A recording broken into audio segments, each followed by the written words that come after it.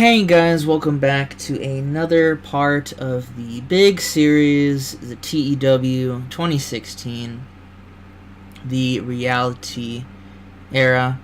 Although I have been thinking probably by like the next pay-per-view I'll change it to the PG era just to keep it consistent. Whatever. Boy. The death of Cody Rhodes still affects the morale. That's really weird. But anyway, overall, let's jump right into this episode of Superstars and Smackdown.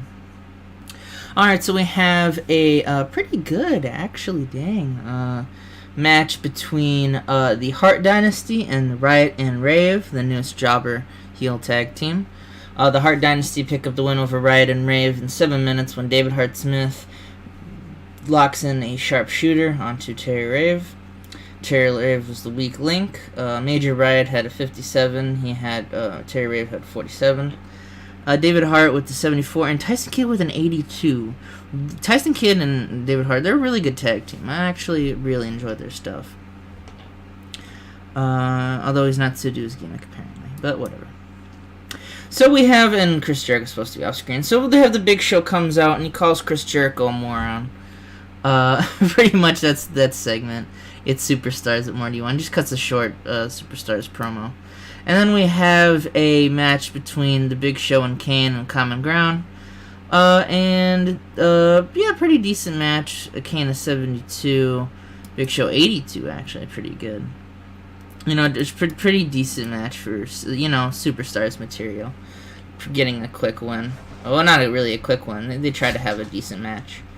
Mason Ryan actually 55. Usually he does better than like in the 60s. But, whatever. Everyone has a bad day. And next we have AJ Lee is walking around with her Divas title when she runs into Astrid Dunla, who just kind of smiles creepily. Pretty much we've kind of established at this point that she's like a female Bray Wyatt, although she barely has been on TV enough for that kind of to really click yet. And then Beth Phoenix runs up and just beats the ever-loving crap out of AJ Lee for that title match that they are going to have at the Night of Champions.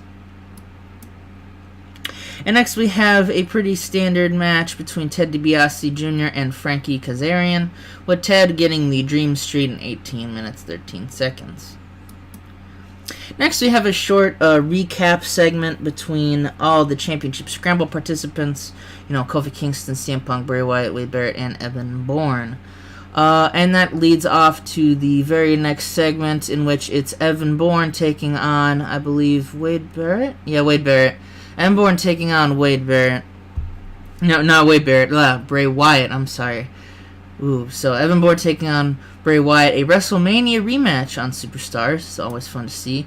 And in 89A, not as good as the WrestleMania match. Evan Bourne's a little stale on that gimmick, but with a corkscrew moonsault, it's always good. And it's really weird to see Evan Bourne picking up the win. Usually, he's not the one who's really up there in this match. He's probably the lowest. He's the upper mid-card, everyone else is a main eventer, so you wouldn't expect something out of Evan. But, it's always good to see him get the win. And we get a 90 for this Superstars, which actually I think the best Superstars. We might have had it like at 91 or something. But I will see you guys for the actual part of SmackDown.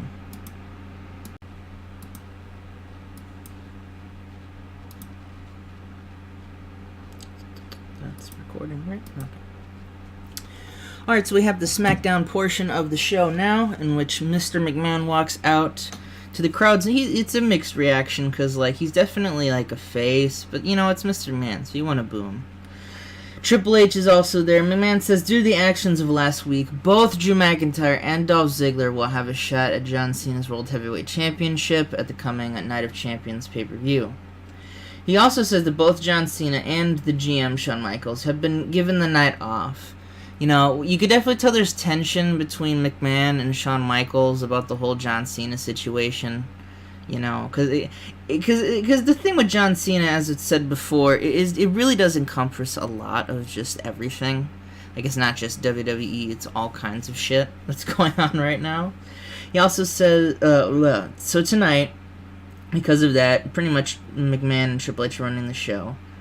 Drew McIntyre and Dolph Ziggler will be in singles matches. And for the main event of tonight, Sting Rey Mysterio and Nash will take on Swagger, Del Rio, and a mystery partner in tonight's main event. Big stuff's happening, boys. Big stuff.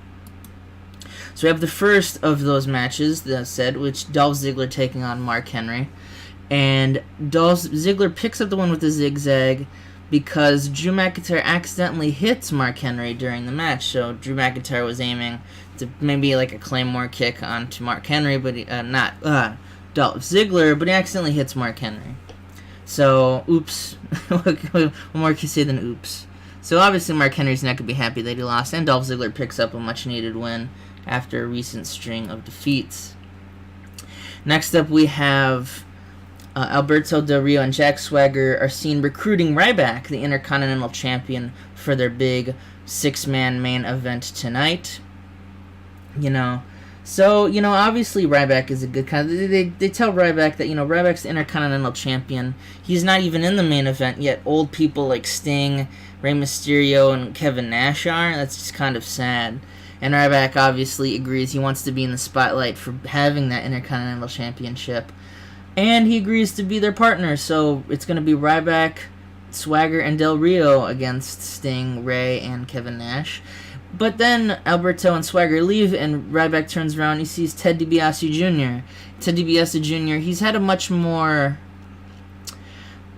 intense kind of return, more good guy, and all Ted DiBiase says, he kind of just looks at the Intercontinental Championship and says, kind of owed that, Like, you tell, like, he doesn't do, like, the stupid, like, weight around the waist thing, but you could tell he wants that championship. And Ryback kind of just blows him off. And next we have another angle in which the Photoshop has been laid out. We see Nikki Bella, Brie Bella, and Oksana just kind of sprawled across, just completely beaten to hell. It's really weird, where cheerleader Melissa's not even there. We don't even know where she's at. And Trish Stratus, McMahon, Triple H come running up, oh my god, what's going on? Trying to figure out, what's going on, who did this. But it's still a mystery as we come back to the next match. And we have Goldust, the former Intercontinental Champion, taking on Drew McIntyre. Drew McIntyre getting the win, even though Dolph Ziggler tried to distract Drew, kind of that payback for that match. 89A. Always good to see Goldust. Any improvements? No. Good match overall. And next we have Damien Sandow and Curtis Axel, the saviors of perfection, are harassing Xavier Woods. Damien Sandow obviously having a shot at that NXT title. Damien Sandow using big words and pretty much calling Xavier a fucking idiot. Until Mark Henry runs up and just beats the crap out of Xavier Woods, who just happens to be the nearest kind of person to beat the crap out of. He beats him up, and then Zack Ryder comes hobbling out. He's injured. But, him and Woods have a little history together in the Zack pack. So, he's going to come out running, trying to save good old Xavier Woods. And, it's always good to see, that maybe there's something special there.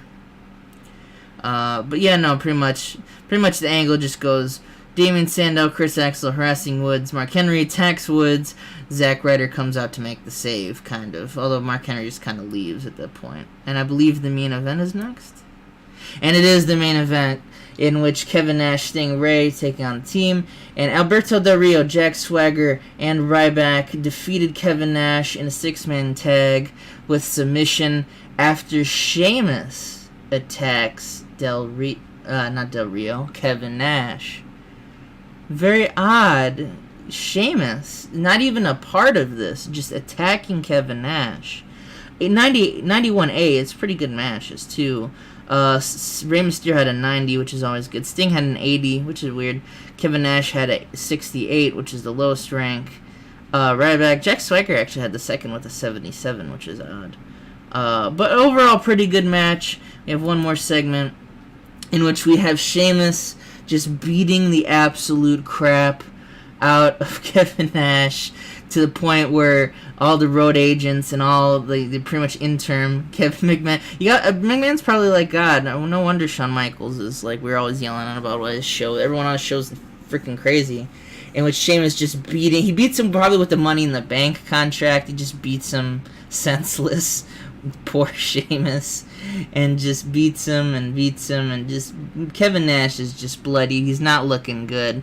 Poor Kevin Nash. And that's how SmackDown comes off the end. But we do have a dark match, in which a pretty decent dark match in which the Hart Dynasty and the Second City Selfies take on Motor City Machines and the West Virginian Canadian Connection. And Colt Cabana actually picks up the win for the baby faces, pinning Jinder Mahal with a Colt 45. So that's always good. Overall, I'm trying to see any standout. Shelley and Sabin getting in the low 80s, high 70s. Colt Cabana almost getting to 70, which is really good. I kind of want him to be there at that point. Any improvements? David Hart Smith in technical, Shelley in performance, Tyler Breeze in performance. Let's see how the show pulled out. 95 A-star, always good. Some pretty high action going on here. But mainly Sheamus's just heel turn at the expense of poor Kevin Nash. You gotta wonder what that was about. We'll have to see in the next episode of SmackDown. So I will see you all for that, but we'll also be for Raw. I'm just botching the outro. Oh my god. I just got back from a big vacation. That's probably why it was spring break. And thank you all guys for watching. I'll see you for the next episode.